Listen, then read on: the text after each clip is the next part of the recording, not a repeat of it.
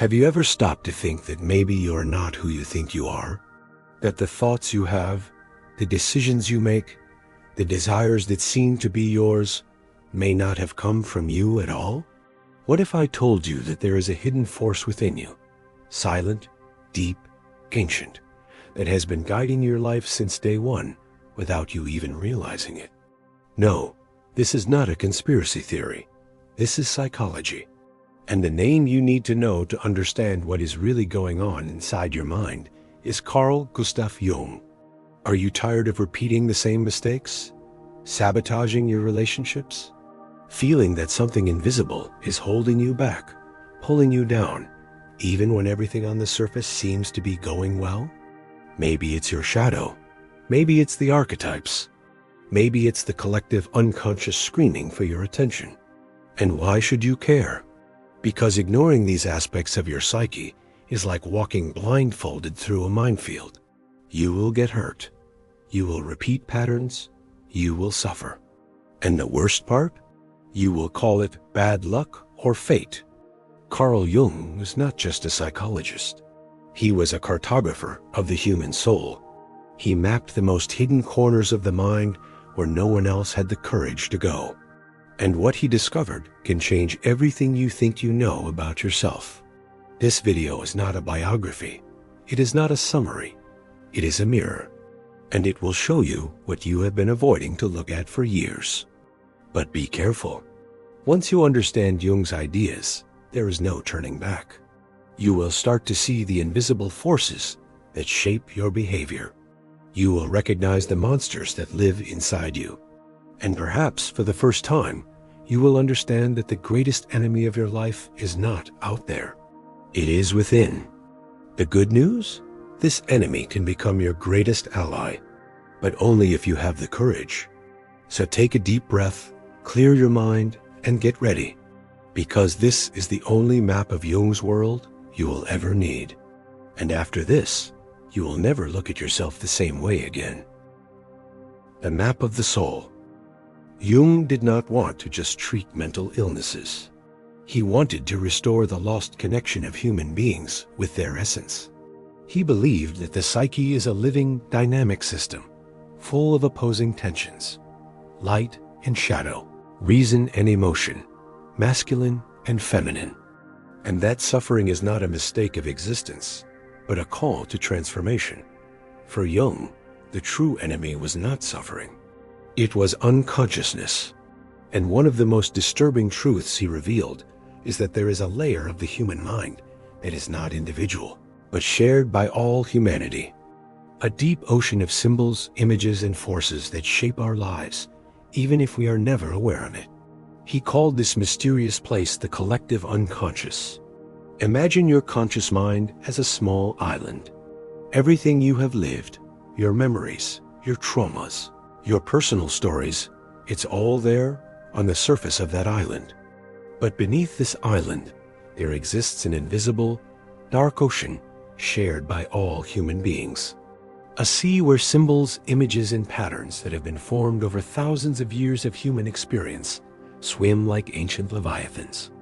These are primordial archetypes, forces that existed long before you were born and that still live within you, shaping the way you think, love, and suffer. This is not a beautiful metaphor. It is a psychic reality. It manifests in your dreams, your fantasies, in the religions that guide civilizations, in the films that move you, in the myths that span centuries. Why do different civilizations, separated by thousands of miles and thousands of years, create similar myths? With heroes, sages, monsters, journeys, and redemptions? These stories are not just cultural inventions. They are reflections of the very structure of the human soul. Jung believed that behind every fundamental human behavior, there exists an archetypal pattern. When you feel a deep fear of abandonment, you are touching an ancestral archetype. When you feel a profound need to belong, to find meaning, to overcome yourself, you are being guided by forces that have been present since the dawn of humanity. Ignoring the collective unconscious is like ignoring gravity. You can pretend it doesn't exist, but it will still pull you down. It will manifest in your relationships, in your choices, in your repetitions, until you realize that you are not just fighting against your own personal ghosts, but against the ghosts of all humanity. The collective unconscious contains the whole spiritual heritage of mankind's evolution, born anew in the brain structure of every individual. Carl Jung. But what, exactly, lives within this collective unconscious? Who are these invisible forces? Jung gave them a name. He called them archetypes, universal forms, present in all of us, that act as patterns of behavior, emotion, and thought. And among all the archetypes, there is one that is the most ignored, the most feared, and the most dangerous. It lives within you, and as long as you do not look at it, it will continue to control your life. In the next part, we will talk about the shadow. Have you ever done something that you later deeply regretted and couldn't even explain why? Exploded with anger at someone you love and later said, "I don't even know what got into me"? Have you ever felt envy, jealousy, or irrational pride, but chose to ignore or justify those emotions instead of facing them? Then you have already met your shadow. You just didn't have the courage to look it in the eye. Carl Jung believed that every human being carries within themselves a dark side, a rejected, repressed, denied part, made up of everything you don't want to admit exists in you. Your most shameful impulses, your unacceptable desires, your weaknesses, your arrogance, your cruelty, your neediness, your vanity, your fury. All of this lives inside you, and the more you try to repress it, the stronger that force becomes. The shadow is everything you tried to hide to be accepted. It is what you had to suffocate to fit in. It is the child that was pruned, the teenager who had to be silent, the adult who learned to smile while crumbling inside. And here is the brutal truth. Everything you don't face in your shadow starts to control your life from beneath the surface. The shadow doesn't disappear. It disguises itself. It manifests in the judgments you make of others, in the anger that explodes for no reason, in the shame that paralyzes you, in the internal voice that says you are not good enough, in the sabotage that prevents you from moving forward. And the more you believe you are a good person, the more dangerous your shadow becomes, because you don't recognize anger, selfishness, or envy as parts of yourself. You project them onto the world. You start to see evil always in others and never in yourself. Until you make the unconscious conscious, it will direct your life and you will call it fate.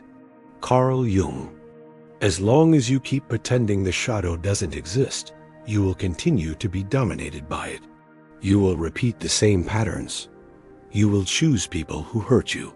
You will sabotage your opportunities. You will flee from love, success, and freedom, because deep down, you believe you don't deserve it. But there is a way to confront this darkness. Not to destroy it, but to integrate it. Because the shadow is not just destruction. It also holds immense power. It contains the raw, untamed energy that, if well harnessed, can transform you completely. But for that, you need to be willing to enter dangerous territory, to face parts of yourself that have been banished. And it is in this confrontation that the true process of self-knowledge begins. Jung named this process individuation. Individuation is a difficult, long path, but absolutely necessary for those who want to be truly free. As long as you continue living in fragments, you will continue living in conflict. Most people spend their entire lives trying to fit in, pleasing their parents, meeting social expectations, conforming to the standards imposed by culture. They mold themselves, distort themselves, anesthetize themselves, all to avoid confronting who they really are. But deep down, there is an emptiness, a feeling that something essential is missing. Carl Jung knew exactly what that was. He called it the absence of individuation. Individuation is not cheap self-help. It is the brutal, intense, and profound process of becoming a whole human being. It is the confrontation with one's own shadow, the integration of internal opposites, the reconnection with the soul. It is ceasing to be just a mask, what Jung called the persona, and starting to discover the true self that lives behind it. Individuating is dying to what you thought you were.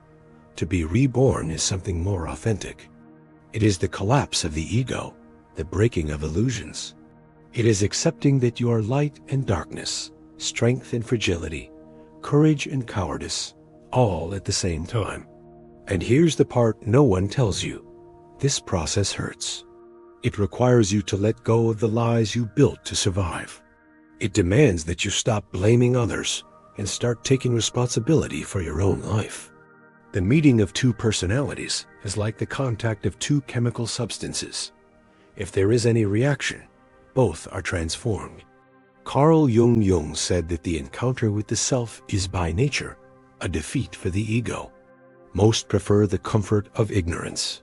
But those who have the courage to face the darkness discover something priceless: freedom. Because by integrating your rejected parts, by confronting your shadow, by listening to your soul, you become what you have always been, but never had the courage to be. Your soul has been waiting. You spent your whole life trying to fit in.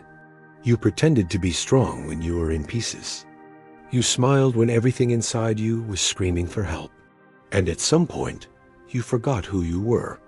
But now, something in you has started to awaken. And it's no coincidence that you are here. This video was a call to stop running away.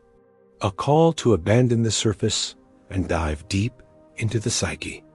What Jung teaches us is not easy. It requires courage. It requires pain. It requires responsibility. But it is also liberating. Because the moment you understand that you are not broken, just unconscious, you gain power. The power to transform, to integrate, to heal. You don't need to understand everything right now, but you need to take the first step, the step of honesty, the step of saying enough. Enough of living on autopilot. Enough of being a prisoner of a superficial version of yourself. From now on, everything changes, because now you know. And what has been seen can no longer be invisible. I want to make you an invitation.